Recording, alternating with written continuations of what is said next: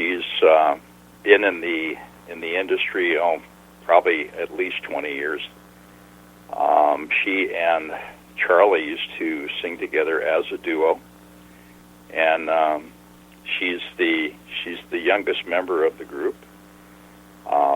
Charlie Gould has been doing this since he was like 14, and he's I think he's your age, and just a young man, and he is probably one of the best guitarist, bass players I've ever had the privilege of playing with. And not only that, but he knows his way around the studio. He knows electronics. You and he could have some fun talks together. But he has his own studio down in Lacey. He composes, and basically what I do is if I have an idea for a tune for a song, I'll take my 12-string down and I'll start knocking out a very basic idea, and Charlie just takes the ball and runs with it. So, it's really great to have somebody of his caliber to work with. Corey Fish and Charlie have both been session players. In the past, Corey has been a session player for people that were doing music for the likes of Natalie Cole, and so both of these gentlemen and Val have been around the block, and they're a lot of fun. They're extremely spiritual. They're very cerebral, and they all have great senses of humor. They'd have to have those to put up with me, but anyway, it's really a pleasure to work with them. Interesting. So, what gets you guys into the paranormal?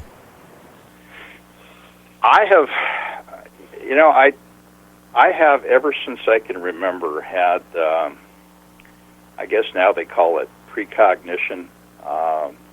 Ever since I was a child, I can remember having these lucid dreams where I would see specific people wearing specific types of clothing in a certain geographical setting, and I would wake up and I would just kind of go, well, gee, that's interesting. And then months or years later, that would happen, and I would see that happen. And that basically, I'll say, fanned the grapes of ideas as far as me getting into the paranormal.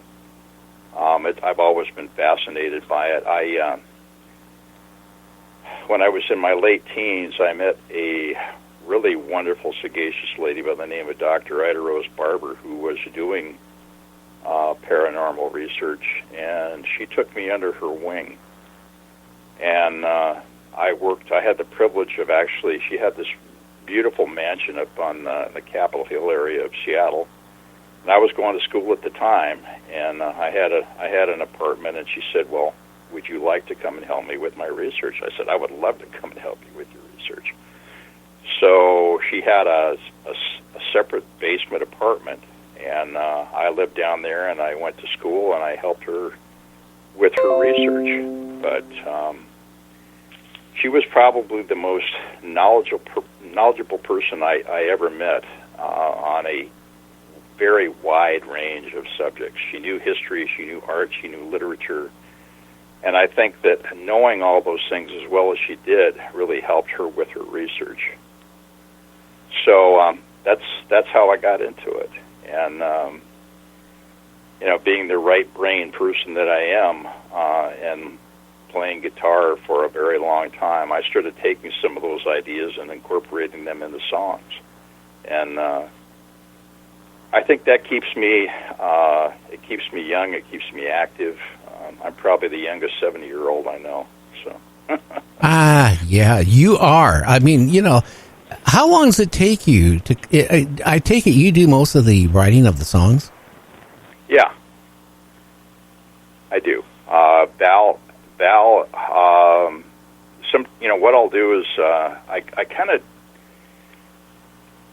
what I'll do is I'll put myself, I'm not going to call it a trance because that's not what it is, but I basically open myself up to, it has a lot of names. You can call it cosmic consciousness, you can call it the source, you can call it God. And what I do is when I have an idea that I want to pursue, I basically open myself up to that positive aspect of the cosmos, and I ask for help, and I've always gotten it. And the words just seem to come flowing into my head, and I start writing them down as fast as I can on paper, and then I edit later on. But it's always worked for me, and the same thing's true with Corey and a lot of the music that he writes, and Charlie. I'm sure that they're all very spiritual people, and when they run into a block, so to speak, a mental block that they can't seem to overcome, they stop and they put that up to the cosmos, and they always get help with it. So that's kind of the cool thing about what we're doing. Oh, wow. So a little bit about each of the band members. Any other in law enforcement, or what type of jobs have they done? Charlie, as far as I know, has always been a musician, from a very early age. Corey, I know, as far as I know, has always been a musician. I think that's what makes it, so much fun for me, is that their experience, their knowledge. I know that at one time Corey played for as a orchestral type group. So not only does he know his way around a set of traps, but he knows timbali, which is in the last Jake that we sent you. He knows just a cross section of percussion. So I really hesitate to call him a drummer when he really is a consummate percussionist. Oh yeah. So what is your plans with the band? I mean, what do you guys plan to do in the future with the band? There are some things that are coming up. Right now we're studio musicians, but that could change. There are some opportunities that are availing themselves for television productions that are coming up. Jake the Maggot would probably be a really great one to either use in a movie or somebody's television series about, a cop going after a bad guy, especially an outlaw biker.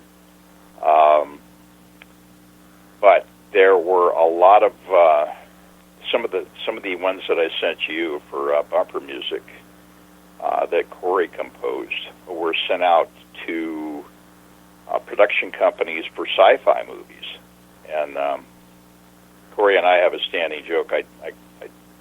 Corey, Charlie, and I, the last time that I turned the television on and I saw the ending to that dog and pony show that they had in D.C., I told them that I was going to get a hold of a production company and that we were going to do some bumper music for a movie entitled The Monster That Devoured Congress and Then Lost His Lunch. Oh, yeah. My little joke. I've been doing this, since I got in broadcasting in '76. I would do a fake newscast so that we just got a report aliens have invaded Washington, D.C. But don't worry, we found out they only eat brains of politicians. Update in the news. We found out they are dying off quickly, the aliens, because they're starving to death. Yeah, there's no nutrition there. Oh, yeah.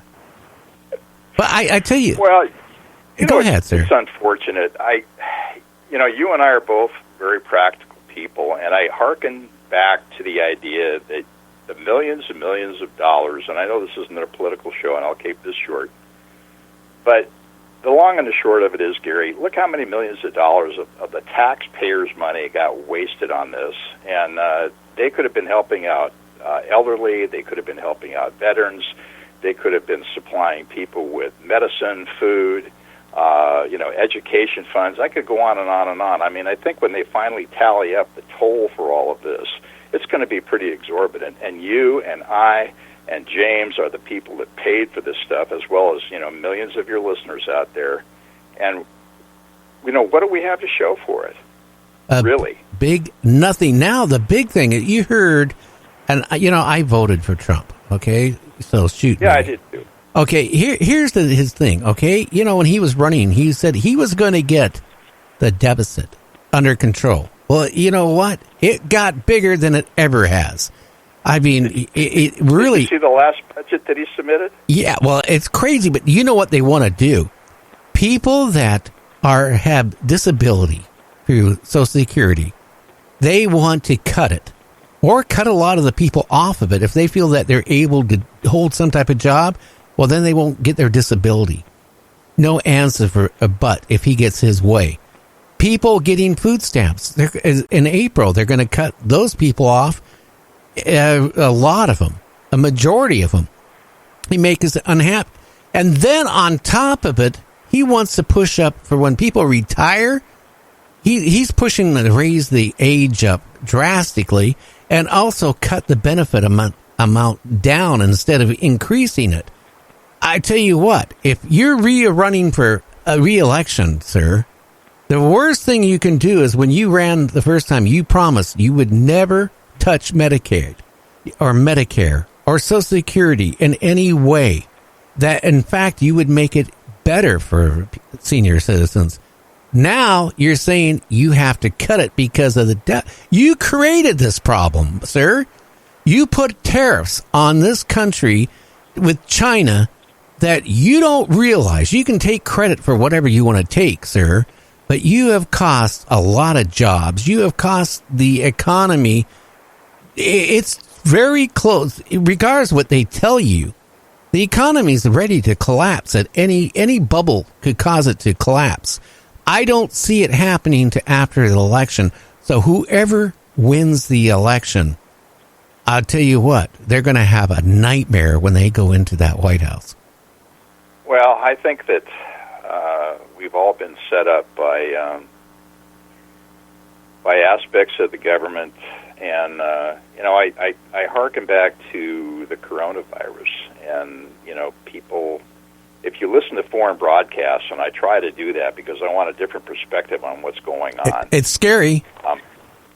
Well, you listen to the BBC, they get a different, and you listen to Canadian news, you get a totally different slant on things than you do from this country, and I really like that because I want to hear what they have to say.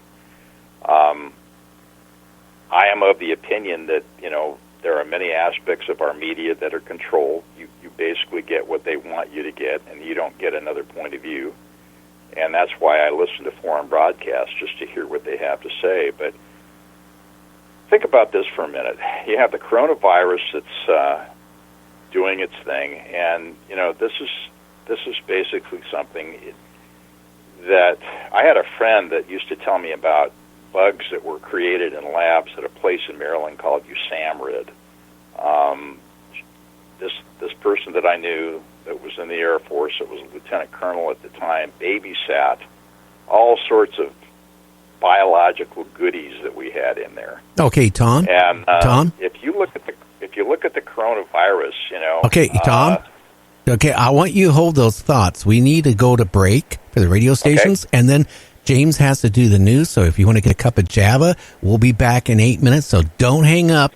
We'll be back with Tom. He does our bumper music for our show. Great guy, very talented, ex-retired police officer, and great composer of music. So stand by. We'll be back after all this.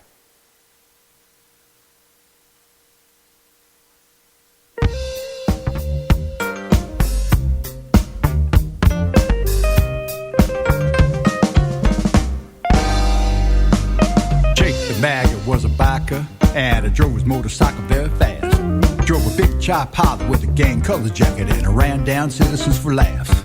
He had an old lady named Tula who packed an automatic 45 gun.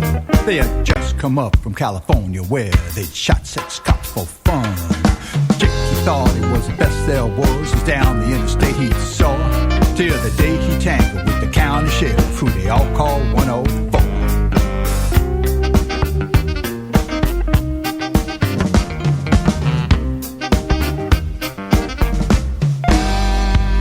It was late on a Thursday evening, and Jake, he was feeling kind of mean. 'cause he just run out of his favorite drug, you know, the one called amphetamine. So we started up to Petula, and it said, say,